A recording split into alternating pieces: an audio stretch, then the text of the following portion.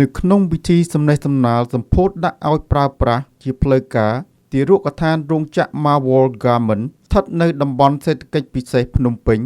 នាព្រឹកថ្ងៃទី10 ខែមីនាឆ្នាំ2025សម្ដេចធិបតីហ៊ុនម៉ាណែតបានថ្លែងថាសម្ដេចមិនដែលខ្វល់ជាមួយអ្នកខ្លះដែលតែងចោទប្រកាន់ថារាជរដ្ឋាភិបាលដើរតែអួតនោះទេសំខាន់គឺរាជរដ្ឋាភិបាលខិតខំប្រឹងប្រែងធ្វើអ្វីគ្រប់យ៉ាងដើម្បីផលប្រយោជន៍ជាក់ស្ដែងបានដល់ដៃប្រជាជនពិតប្រាកដហើយមានតែប្រជាជនទេដែលជាអ្នកផ្ដល់ពិន្ទុដល់រាជរដ្ឋាភិបាល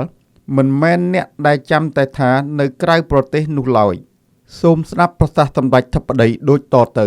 ក្រសួងអប់រំមានបទពិសោធន៍ពុះរៀបចំមតិច្រើនអញ្ចឹងគឺការងារតែមួយទេតែសំខាន់បំផុតគឺឲ្យផលដល់ដៃប្រជាពលរដ្ឋ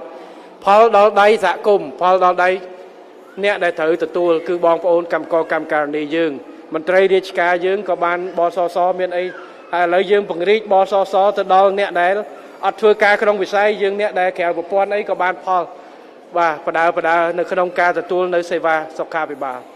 អញ្ចឹងរដ្ឋាភិបាលយើងអ្នកខ្លះគេថាដើរទៅអួតដើរទៅអីខ្ញុំអត់ទេពីណាថាអីថាទៅសំខាន់ខ្ញុំមកជួបជាមួយបងប្អូននេះហើយបើបងប្អូនលើកដៃថាបានទទួលផលជាក់ស្ដែងខ្ញុំសប្បាយចិត្តហើយព្រោះអ្នកដែលឲ្យបន្ទុកពិតប្រាកដគឺបងប្អូនមិនមែនអ្នកដែលចាំតថាទេបាទអញ្ចឹងបើបងប្អូនថាបានផលពីបសសបានផលពីអត្ថប្រយោជន៍ដែលសម្ដេចតេជោផ្ដល់ឲ្យឥឡូវរដ្ឋាភិបាលខ្ញុំដឹកនាំបន្តឲ្យទៅទៀតណាទាំងការឧបត្ថម្ភស្ត្រីមានផ្ទៃពោះឧបត្ថម្ភដល់កូនដល់អាយុ2 ខួបហើយមិញដល់បងប្អូននោះថាប្រពន្ធខ្ញុំដល់ស្រួលអញ្ចឹងចង់បានកូនថែមអញ្ចឹងគឺកាន់តែល្អបាទហ្នឹងគឺសំខាន់ជួបថ្ងៃហ្នឹងរឿងហ្នឹង